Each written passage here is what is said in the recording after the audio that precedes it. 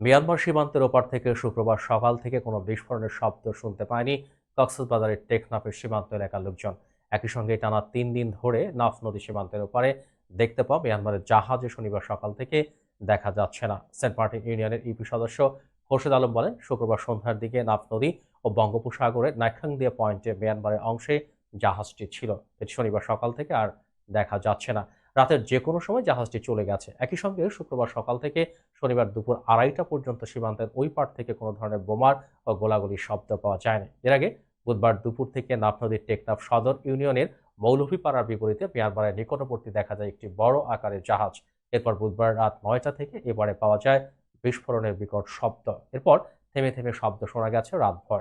বৃহস্পতিবার সকালের পর সেই জাহাজটি দক্ষিণ দিকে সরে গিয়ে নাফ নদী ও বঙ্গোপসাগরের নাইক্ষ্যংদিয়া পয়েন্টে অবস্থান করতে দেখা যায়। জাহাজ থেকে মিয়ানমারের স্থলভাগে থেমে থেমে গোলাগুলি ও মর্টার শেল বর্ষণের শব্দ অব্যাহত ছিল। শুক্রবার সকাল থেকে বিস্ফোরণের শব্দ বন্ধ হয়, আর শনিবার জাহাজটি দেখা যাচ্ছে না।